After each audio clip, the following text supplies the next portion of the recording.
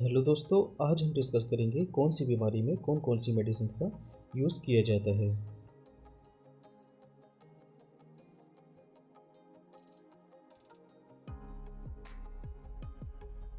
चलिए डिस्कस करते हैं। तो सबसे पहले बात करेंगे हम एंटी एलर्जिक मेडिसिन का।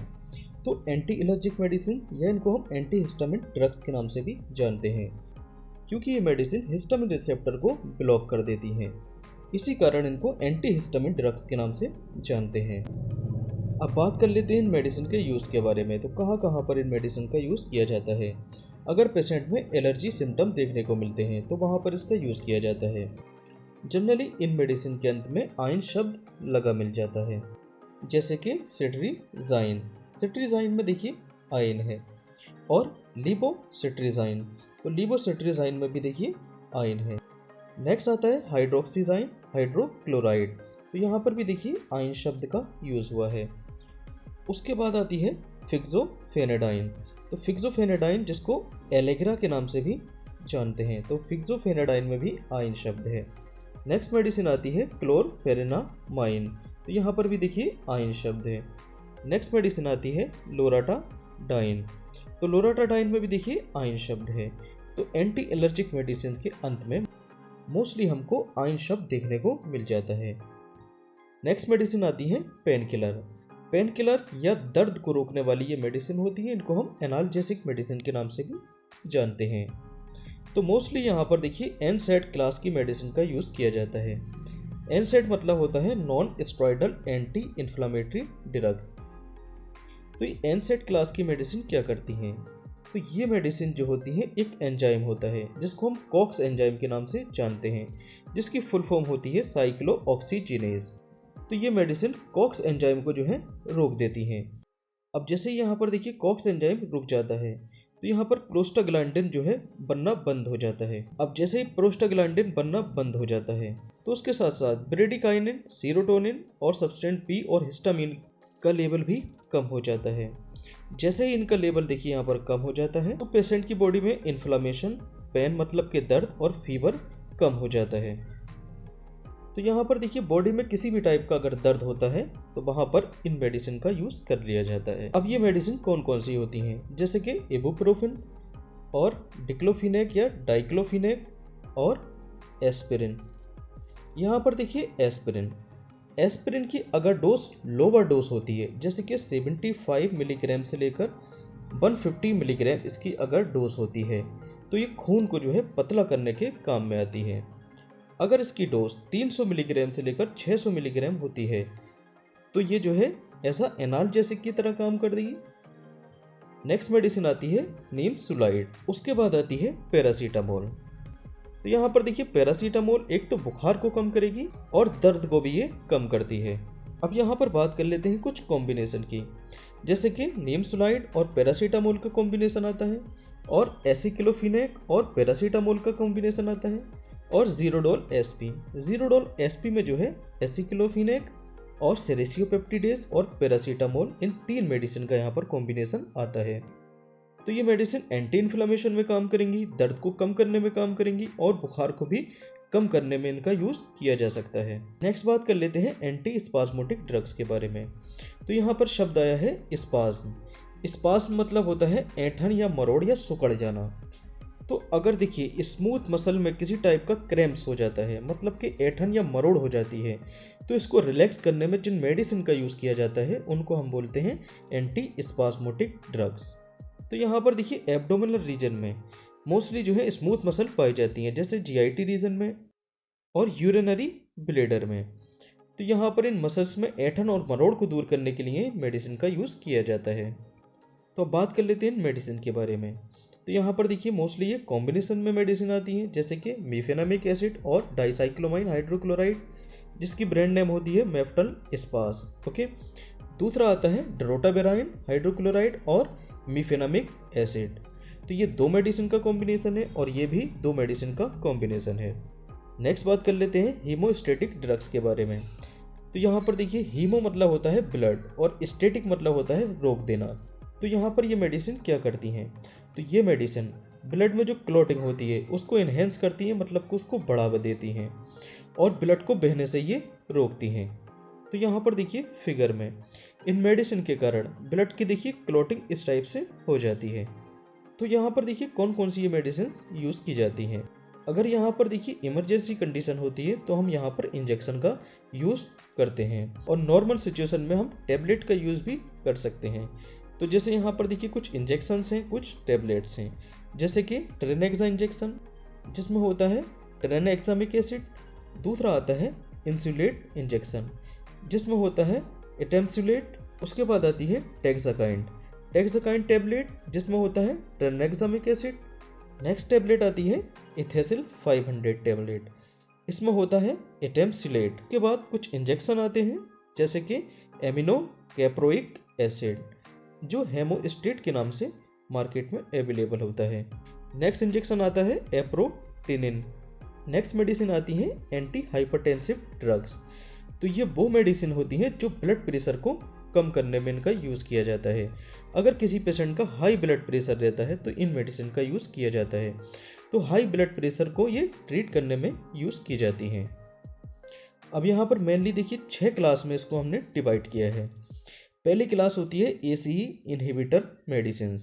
तो ACE का क्या मतलब होता है? ACE का मतलब होता है angiotensin converting enzyme inhibitor. Okay, तो इन मेडिसिन के अंत में यहाँ पर देखिए प्रिल शब्द लगा आ जाता है, तो इसको हम ACE इनहिबिटर मेडिसिन के नाम से जानते हैं। इसका एग्जांपल है लिस्नोप्रिल। नेक्स्ट क्लास आती है अर्ब्स क्लास। अर्ब्स मतलब होता है एंजियोटेंसिन रिसेप्टर ब्लॉकर। तो इन मेडिसिन के अंत में सार्टन शब्द लगा मिलता है, तो इस मेडिसिन का नाम होता है देखिए लोसार्टन। नेक्स्ट क्लास आती है एल्फा ब्लॉकर। एल्फा ब्लॉकर के अंत में ओसिन शब्द लगा मिल जाता है, तो इसका एग्जाम्पल है डोक्साजोसिन। नेक्स्ट क्लास आती है बीटा ब्लॉकर।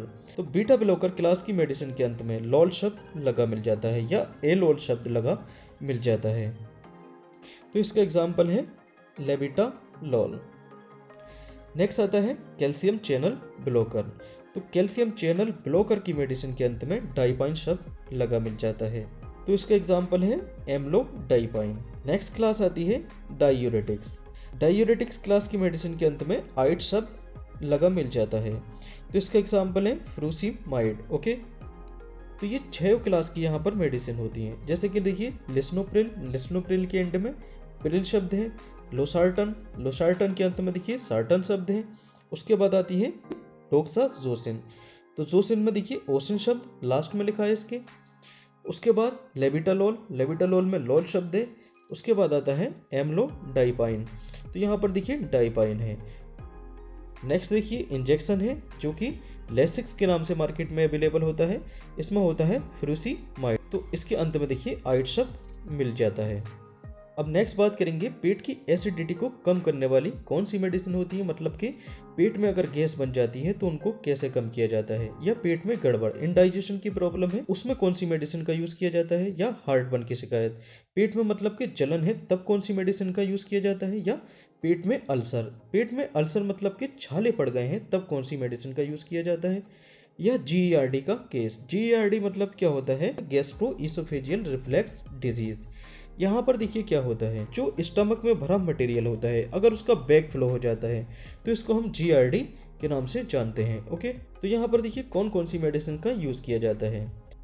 तो यहाँ पर पहली मेडिसिन होती है देखिए प्रोटॉन पंप इनहिबिटर क्लास की मेडिसिन। दूसरी मेडिसिन होती है H2 रिसेप्टर एंटागोनिस्ट मेडिसिन। तो देखिए जिन मेडिसिन के अंत में अगर पैराजोल शब्द लगा जाता है तो वो प्रोटॉन पंप इनहिबिटर क्लास की मेडिसिन होती हैं। तो ये मेडिसिन देखिए क्या करती हैं, स्टमक में प्रोटॉन पंप को ये इनहिबिट कर देती हैं। अब जैसे ही प्रोटॉन पंप जो है इनहिबिट हो जाता है, स्टमक के अंदर प्रोटॉन जो होता है उसका नंबर कम हो जाता है। अब जैसे ही प्रोटॉन का नंबर कम हो जाता है तो स्टमक के अंदर HCl की भी मात्रा देखिए कम हो जाती है। HCl जिसको हम गैस्ट्रिक एसिड के नाम से जानते हैं। अब जैसे ही गैस्ट्रिक एसिड यहाँ पर देखिए कम हो जाता है तो देखिए पेट में अल्सर मतलब कि छाले बन जाना या गैस बन जाना ये भी कम हो जाती है। दूसरी बात करते हैं H2 रिसेप्टर एंटागोनिस्ट मेडिसिन के बारे में। तो ये होती है देखिए एसिलोग 150 इसकी ब्रांड नेम होती है, जबकि इसके अंदर जो मेडिसिन होती है वो होती है रेनिटिडीन। तो मोस्टली इन मेडिसिन के अंत में टिडीन शब्द लगा मिल जाता है। तो देखिए ये मेडिसिन क्या करती है, ये प्रोटॉन रिसेप्टर को ब्लॉक कर देती है। अब जैसे ही प्रोटॉन रिसेप्टर ब्लॉक हो जाता है तो यहाँ पर पेट के अंदर H पॉजिटिव की मात्रा कम हो जाती है, मतलब कि HCl की मात्रा कम हो जाती है। जैसे ही HCl की मात्रा कम होगी तो गैस्ट्रिक एसिड की मात्रा भी यहाँ पर देखिए कम हो जाएगी, क्योंकि गैस्ट्रिक एसिड का नाम ही होता है HCl। नेक्स्ट बात करेंगे हम एंटी इमेटिक्स ड्रग्स के बारे में। तो इसका यूज़ नोजिया मतलब कि मतली और वोमिटिंग मतलब कि उल्टी को रोकने में इसका यूज़ किया जाता है। तो जैसे कि हम जानते हैं हमारे ब्रेन के मेडुला ओब्लंगेटा में होता है वोमिटिंग सेंटर। अब ये वोमिटिंग सेंटर कब एक्टिव होता है? जब पेशेंट किसी खराब टेस्ट का या खराब स्मेल का या खराब ऑर्डर का सेंस करता है, तब ये सेंटर जो है एक्टिवेट हो जाता है और इसी के कारण हमको मतली या उल्टी देखने को मिलती है। अब बात कर लेते हैं मेडिसिन के बारे में। तो यहाँ पर देखिए मेनली 2 क्लास में इसको बांटा गया है। पहला है यहाँ पर डोपामाइन एंटागोनिस्ट मेडिसिन। तो डोपामाइन एंटागोनिस्ट मेडिसिन में कौन कौन सी मेडिसिन आती है? इसमें आती है डोमपेरिडोन, दूसरी मेडिसिन आती है क्लोरप्रोमाज़ाइन, उसके बाद आती है मीटोक्लोरप्रामाइड। नेक्स्ट क्लास आती है 5-HT3 एंटागोनिस्ट मेडिसिन, तो इसमें आती है ऑन्डेनसेट्रॉन। नेक्स्ट बात कर लेते हैं एंटी डिप्रेसेंट ड्रग्स के बारे में। तो ये मेडिसिन किसी पेशेंट को अगर स्ट्रेस हो जाता है, टेंशन हो जाती है या तनाव हो जाता है, तो वहाँ पर इन मेडिसिन का यूज़ किया जाता है। तो जैसे कि हम जानते हैं जो हैप्पी हॉर्मोन्स होते हैं या लव हॉर्मोन्स होते हैं वो मेनली देखिए 4 होते हैं, जैसे कि dopamine, serotonin, endorphin and oxytocin. तो जब हम खुश होते हैं या लव रिलेशनशिप में होते हैं तो ब्लड में इन हार्मोन का लेवल जो होता है वो बढ़ जाता है। अब जैसे ही कोई पेशेंट स्ट्रेस में आ जाता है, प्रेशर में आ जाता है, तनाव में आ जाता है, तो इन हार्मोन्स का जो लेवल होता है वो डिक्रीज हो जाता है, कम हो जाता है। तो यहाँ पर कौन कौन सी ऐसी मेडिसिन है जो डिप्रेशन के एंटी काम करती हैं? तो यहाँ पर पहली मेडिसिन है ट्राजोडोन हाइड्रोक्लोराइड, नेक्स्ट आती है नेफाजोडोन हाइड्रोक्लोराइड, उसके बाद आती है सीटालोप्रेम हाइड्रोब्रोमाइड। नेक्स्ट मेडिसिन आती है एंटीबायोटिक्स मेडिसिन। तो अगर बैक्टीरिया का इन्फेक्शन अगर ब्रेन में हो जाता है या इंटेस्टाइन में हो जाता है या ओरल कैविटी में हो जाता है या किडनी या यूरिनरी ट्रैक्ट में हो जाता है या लंग्स में होता है या मेमोरी ग्लैंड या रिप्रोडक्टिव सिस्टम में हो जाता है या स्किन में हो जाता है, तो यहाँ पर देखिए कौन कौन सी मेडिसिन का यूज़ किया जाता है। तो यहाँ पर देखिए कुछ एंटीबायोटिक्स मेडिसिन दे रखी हैं, जैसे कि सिप्लॉक्स 500। सिप्लॉक्स 500 में होता है सिप्रोफ्लॉक्सासिन। नेक्स्ट मेडिसिन आती है एमॉक्सीक्लेब। तो एमॉक्सीक्लेब में होता है एमॉक्सीसिलिन और पोटेशियम क्लेबुलिनेट। उसके बाद आती है महासेप प्लस। महासेप प्लस भी 2 मेडिसिन का कॉम्बिनेशन होता है, जैसे कि सिफेक्साइम और ऑफ्लॉक्सासिन। तो यहाँ पर देखिए मेनली ये 3 मेडिसिन हमने डिस्कस की हैं। Okay, thank you.